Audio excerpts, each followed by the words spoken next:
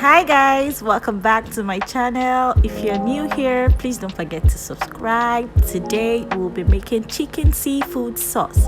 This is one recipe that you wouldn't want to miss out on. Firstly, we'll fry our onions and garlic. This is to allow the flavor blend with the oil. Then we'll add our shredded chicken. Now it's time for our spice.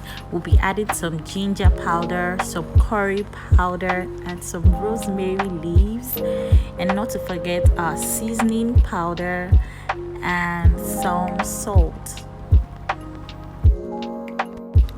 Notice I haven't added any water. It is deliberate. It's because I wanted the chicken to soak in all the spice in order to make it even more delicious. Now I'm adding some fried crab and some fried shrimp, and then I'll be adding some water at this point. I'm also going to be adding some oyster sauce to give it a bit of flavor. I got this from ShopRite. You can get it at the spice section at ShopRite. And then I'm adding some scotch bonnet. Now it's time to add our veggies. You can use any veggies of your choice, but I choose to use green beans, carrot, and some bell peppers. By the way, did you know that bell peppers are highly nutritious and rich in essential vitamins? Well, now you know.